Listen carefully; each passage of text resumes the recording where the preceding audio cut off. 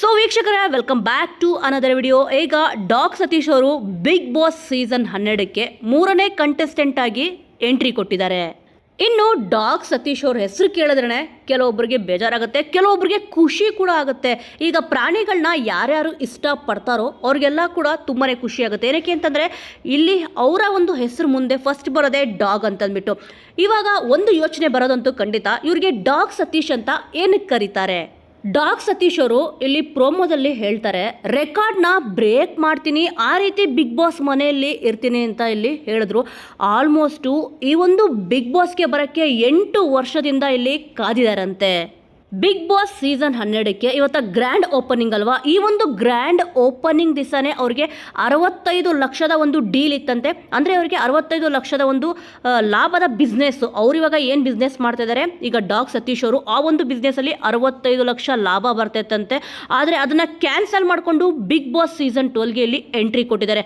Almost ಎಲ್ಲರಿಗೂ shock ಆಗುತ್ತೆ, ಇಷ್ಟೊಂದು ಲಕ್ಷ ಮತ್ತು ಕೋಟಿ ದುಡಿಯೋರು ಇಲ್ಲಿ ಏನಕ್ಕೆ ಬಿಗ್ ಬಾಸ್ಗೆ ಬರ್ತಾರೆ ಅಂತಂದ್ಬಿಟ್ಟು. ಇದನ್ನೇ ಇಲ್ಲಿ ನಮ್ಮ ಅಭಿನಯ ಚಕ್ರವರ್ತಿ ಕಿಚ್ಚ ಸುದೀಪ್ ಅವರು ಕೇಳ್ತಾರೆ, ಅಲ್ಲ ಸರ್ ಮತ್ತೆ ಯಾಕೆ ಈ ಶೋಗೆ ಬಂದ್ರಿ ಅಂತ. ಅಂದರೆ ನಾವಿಲ್ಲಿ ಕೊಡೋದೇ 50 ಲಕ್ಷ ಅಲ್ವಾ ಅಂತಂದರೆ, ಈ ಒಂದು ಬಿಗ್ ಬಾಸ್ ಶೋಗೆ ಬರೋಕ್ಕೆ ನಾನು 25 ಲಕ್ಷದ ರೂಪಾಯಿ ಕಾಸ್ಟ್ಯೂಮ್ ಪರ್ಚೇಸ್ ಮಾಡಿದ್ದೀನಿ ಅಂತ ಹೇಳಿದ್ರು. ನೋಡಿದ್ರ ವೀಕ್ಷಕರೇ, ಈ ಒಂದು 25 ಲಕ್ಷ ಅಮೌಂಟು ನಿಜವಾಗ್ಲೂ ಮಿಡಿಲ್ ಕ್ಲಾಸ್ ಫ್ಯಾಮಿಲಿಯವ್ರಿಗಂತೂ ಸಿಕ್ಕಾಪಟ್ಟೆ ದೊಡ್ಡ ಅಮೌಂಟ್ ಅಂತಲೇ ಹೇಳ್ಬೋದು.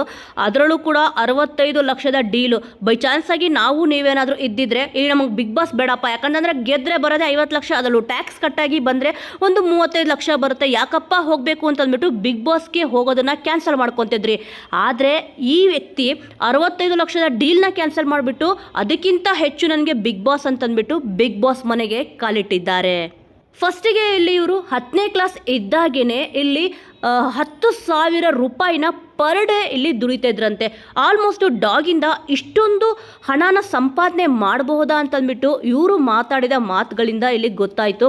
ಆಲ್ಮೋಸ್ಟು 100 ಕೋಟಿ ರೂಪಾಯಿ ಬೆಲೆ ಬಾಳುತ್ತಲ್ಲ ಆ ಒಂದು ನಾಯಿ ಇವಾಗ ಅವ್ರ ಹತ್ರ ಇದೆಯಂತೆ. ಆಲ್ಮೋಸ್ಟು 100 CR ಅಂತಂದರೆ ಸಿಕ್ಕಾಪಟ್ಟೆ ಒಂದು ದೊಡ್ಡ ಅಮೌಂಟೇ. ಡಾಗ್ ಸತೀಶ್ ಅವರು ಮಾಡೋ ಬಿಸ್ನೆಸ್ ಏನಪ್ಪ ಅಂತಂದರೆ ಸೂಪರ್ ಡಾಗ್ ಬೀಡರ್ ಅಂತಂದ್ಬಿಟ್ಟು. ಆಲ್ಮೋಸ್ಟು ಈ ಒಂದು ಬಿಸ್ನೆಸ್ಸು ಸಿಕ್ಕಾಪಟ್ಟೆ ಪ್ರಾಫಿಟ್ ತಂದ್ಕೊಡುತ್ತೆ ಅಂತಂದ್ಬಿಟ್ಟು ಇಲ್ಲಿ ಡಾಗ್ ಸತೀಶ್ ಅವರೇ ಹೇಳಿದ್ದಾರೆ. ನಿಜವಾಗ್ಲೂ ಕೂಡ 100 ಕೋಟಿ ನಾಯಿ ಸಾಮಾನ್ಯದ ವಿಚಾರಣೆ ಅಲ್ಲ.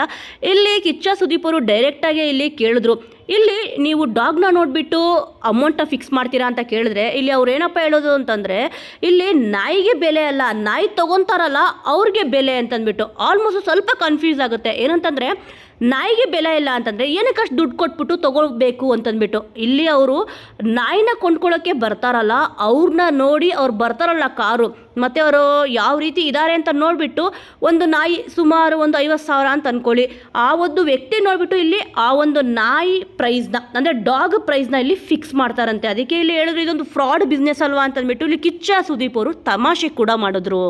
ಸೊ ವೀಕ್ಷಕರೇ, ಸದ್ಯ ಈಗ ಬಿಗ್ ಬಾಸ್ ಸೀಸನ್ 12ಕ್ಕೆ 3ನೇ ಕಂಟೆಸ್ಟೆಂಟ್ ಆಗಿ ಈಗ ಡಾಗ್ ಸತೀಶ್ ಅವರು ಎಂಟ್ರಿ ಕೂಡ ಕೊಟ್ಟಿದ್ದಾರೆ. ಅವರ ಒಂದು ಬಿಸ್ನೆಸ್ ಏನು ಅಂತ ಕೂಡ ಇಲ್ಲಿ ನಿಮಗೆ ಗೊತ್ತಾಗಿದೆ. ಲಾಸ್ಟ್ ಸೀಸನ್ ನೀವು ನೋಡಿದ್ರೆ ಇಲ್ಲಿ ಗೋಲ್ಡ್ ಸುರೇಶ್ ಅವರು ಎಂಟ್ರಿ ಕೊಟ್ಟಿದ್ರು, ಈಗ ಡಾಗ್ ಸತೀಶ್ ಅವರು ಎಂಟ್ರಿ ಕೊಟ್ಟಿದ್ದಾರೆ. ಅವರು ಗೋಲ್ಡಿಂದನೇ ಇಲ್ಲಿ ಸಿಕ್ಕಾಪಟ್ಟೆ ಕಂಗೊಳಿಸ್ತಿದ್ರು, ಈಗ ಗೋಲ್ಡ್ ಎಲ್ಲ ಬಿಟ್ಟಿದ್ದಾರೆ. ಈಗ ಡಾಗ್ ಸತೀಶ್ ಅವರು ಇವರು ಇಲ್ಲಿ ಏನೊಂದು ರೆಕಾರ್ಡ್ ಮಾಡ್ತಾರೆ ಅಂತ ನೋಡಬೇಕಿದೆ. ಈ ಕಂಟೆಸ್ಟೆಂಟ್ ಬಗ್ಗೆ ನಿಮಗೆ ಏನು ಅನಿಸುತ್ತೆ? ಇವರು ಬಂದಿದ್ದು ನಿಮಗೆ ಇಷ್ಟ ಆಯಿತಾ, ಕಷ್ಟ ಆಯಿತಾ? ಇವ್ರ ಬದಲು ಬೇರೆ ಯಾರಿಗಾದ್ರೂ ಚಾನ್ಸ್ ಕೊಡಬೇಕಿತ್ತಾ ಅನ್ನೋದ್ರ ಬಗ್ಗೆ ನಿಮ್ಮ ಒಂದು ಅನಿಸಿಕೆ ಅಭಿಪ್ರಾಯ ಏನಿದೆ ಅನ್ನೋದನ್ನ ಮಿಸ್ ಮಾಡದೆ ಕಮೆಂಟ್ ಮೂಲಕ ತಿಳಿಸಿ. ಮುಂದಿನ ವಿಡಿಯೋದೊಂದಿಗೆ ಮತ್ತೆ ಸಿಗೋಣ.